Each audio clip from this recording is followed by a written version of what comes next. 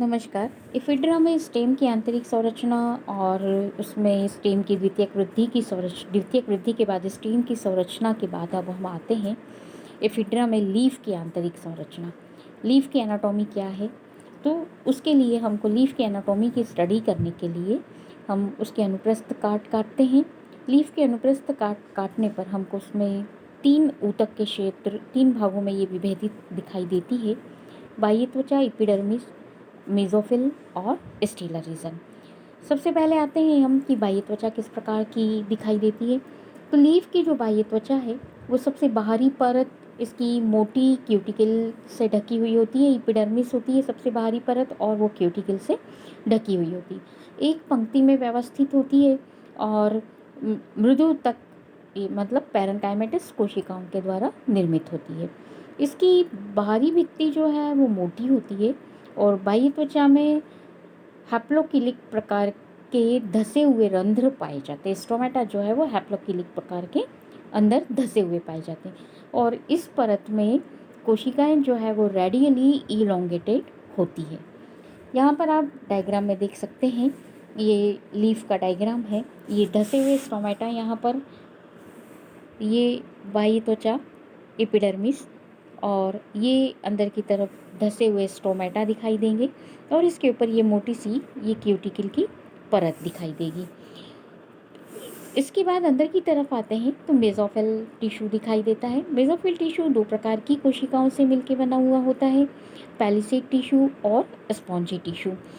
तो बाह्य त्वचा के ठीक नीचे स्थित होती है पैलिसेड टिश्यू की कोशिकाएं और पैलिसेड टिश्यू ये खंभ ऊतक जो दीर्घित कोशिकाओं की 2 या 3 पंक्ति के रूप में व्यवस्थित होता है।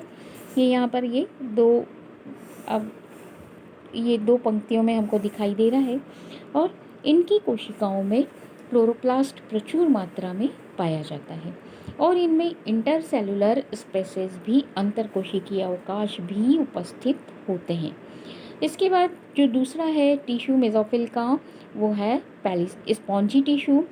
स्पॉन्जी टिश्यू जो लीफ के केंद्रीय या भीतरी भाग में सिंपल पैरेन्काइमेटस कोशिकाओं का बना हुआ होता है और इनके बीच में इंटरसेलुलर स्पेसेस भी उपस्थित होते हैं।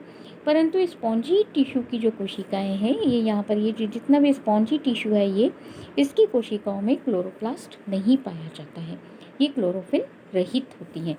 सिर्फ मेसोफिल की ये जो पैलिसेड टिश्यू है इनमें ही क्लोरोप्लास्ट पाया जाता है।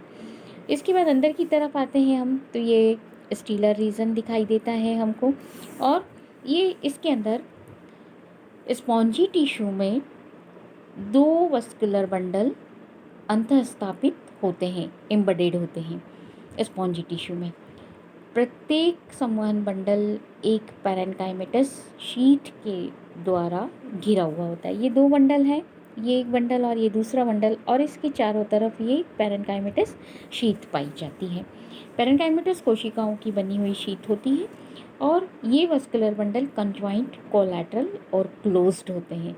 इनमें जाइलम और फ्लोएम पाया जाता है। कैम्बियम का अभाव, क्लोज्ड मतलब कि कैम्बियम का अभाव होता है।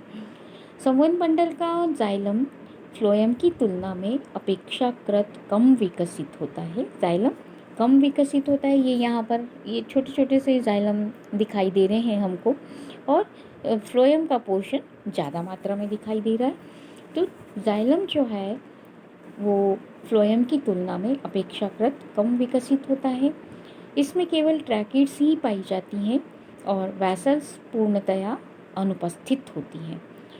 फ्लोएम में केवल चलनी नलिकाएं पाई जाती हैं, मतलब स्यूट्यूब्स पाई जाती हैं और फ्लोएम पैरेन्काइमा ही पाया जाता है। कॉम्पेनियन सेल्स अनुपस्थित होती हैं।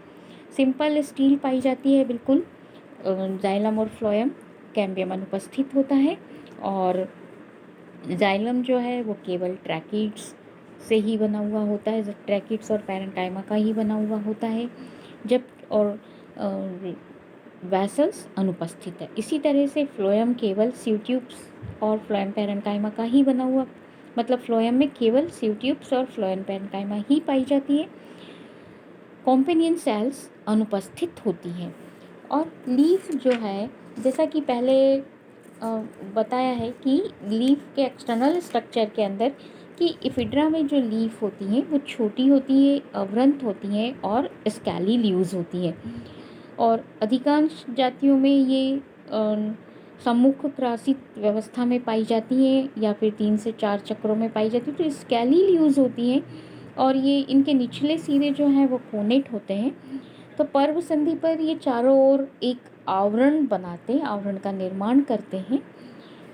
और पर्व संधि पर एब्सिशियन लेयर के बन जाने के कारण ये शीघ्र ही गिर भी जाती है। और प्रत्येक जो स्कैली लीव्स में 2 समानांतर और एक अशाखित वैन पाई जाती है। तो ये जो वैन पाई जाती है वो वाला पोर्शन जो है वो वस्कुलर बंडल पाया जाता है वहाँ पर। तो इस तरह से लीफ जो है वो स्कैली लीव्स होती हैं और स्कैली लीव्स होने के कारण संरचना इसकी बहुत ही सिंपल सी पाई जाती है। तो ये हो गई फिड्रा की लीफ की संरचना। अब बाह्य संरचना और आंतरिक संरचना सभी पोर्शन की, रूट, स्टेम, लीफ, इन सब की बाह्य संरचना और आंतरिक संरचना के बाद अब इसके अंदर आते हैं हम जनन किस प्रकार से होता है।